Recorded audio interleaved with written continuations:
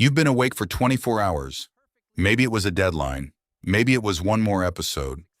Either way, your brain has noticed. 1 a.m., 3 a.m., 5 a.m.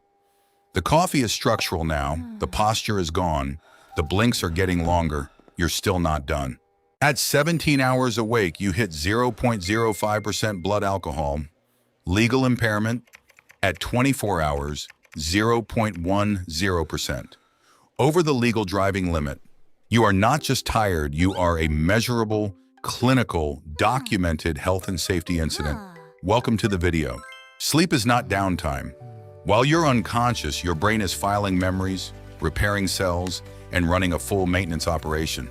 Every extra hour awake builds sleep pressure, like debt with compound interest. Hour 1, manageable. Hour 20, you're dragging a trolley. Adrenaline and cortisol mask the damage for hours. Your brain is lying to you about how fine you are, using your own stress hormones to do it. After 12 to 16 hours, reaction time slows, attention narrows, and working memory starts dropping, measurably on actual tests. You make more errors and catch fewer of them. The tool you'd use to assess your performance is the one that's been compromised. 17 to 19 hours awake equals 0.05% BAC. At 24 hours, 0.10%. That's the Williamson and Fire study. It's been replicated. You wouldn't drive drunk, but you drove on 4 hours of sleep without thinking twice. The impairment level is comparable.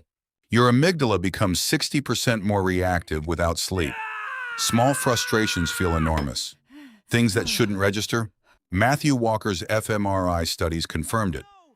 Amygdala response to unpleasant stimuli jumps 60% in sleep-deprived subjects. Normally, your prefrontal cortex breaks those reactions. Sleep deprivation cuts the brakes at exactly the moment the accelerator is stuck. Everything feeling harder at 3 a.m. isn't weakness. Your emotional regulation has been pharmacologically compromised by missing sleep. Your brain has its own cleaning system, the glymphatic system. During sleep, brain cells expand 60%, flushing out metabolic waste. One of the things it clears is amyloid beta, the protein linked to Alzheimer's disease. This cleaning only happens during sleep, not during rest. One bad night measurably increases amyloid accumulation. Chronic sleep deprivation is now a recognized risk factor for Alzheimer's. Your brain runs a cleaning cycle every night, automatically. Skip sleep, skip the cleaning. The dishes pile up. You can't see it happening. No sleep means cortisol rises, ghrelin rises, leptin drops. Your body is biochemically pushing you toward the vending machine at 4 a.m. Growth hormone, released during deep sleep for muscle repair, gets suppressed when those sleep stages don't happen. Training without sleep recovery doesn't complete. 1 week of 5-hour nights reduces testosterone by 10 to 15% in men, equivalent to aging 10 to 15 years hormonally. In 1 week, the fix for all of this is simpler than you want it to be. It is free. It requires no equipment. The prescription is sleep. People sleeping under 6 hours are 4.2 times more likely to catch a cold than those sleeping 7 or more. Prather et al., 2015. Natural killer cell activity drops 70% after 1 night of restricted sleep. Your immune first responders are operating at 30% capacity.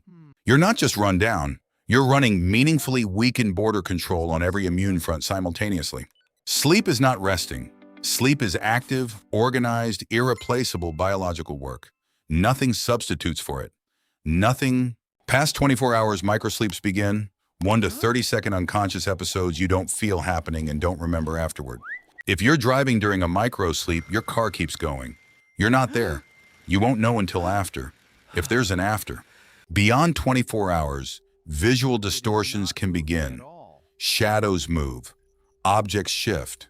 The brain fills gaps with generated content. Robert Stickgold called it leaking. The boundary between wakefulness and dreaming starts to dissolve past extreme deprivation. 1964, Randy Gardner, 17 years old. 264 hours awake. Under scientific supervision by Stanford's William Dementi. Day 4, hallucinating. Day 6, couldn't finish sentences. Day 9, flat expression, unable to complete simple tasks. The point isn't it's survivable. The point is the decline starts at 17 hours, not day 11. That's a late work night. Sleep debt doesn't repay one for one. Catching up helps. But on sensitive performance measures, you're not fully back after one night. A 20-minute nap restores alertness. A 90-minute nap includes a full sleep cycle. Both help. Both require timing before 3 p.m.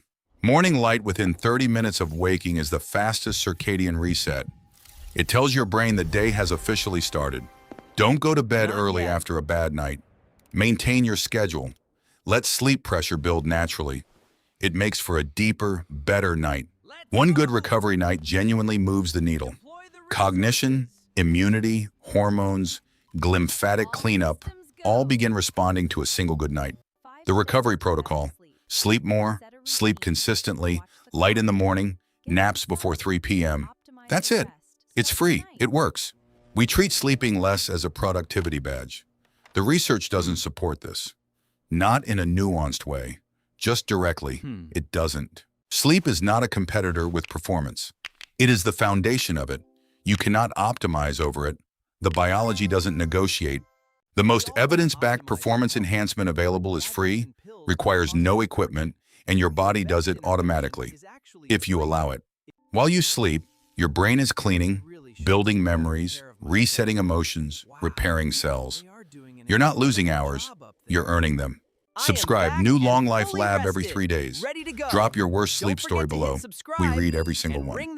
Stay curious, go to sleep, and I mean that as scientific advice, not just a sign-off. We'll see you Thursday. Bye.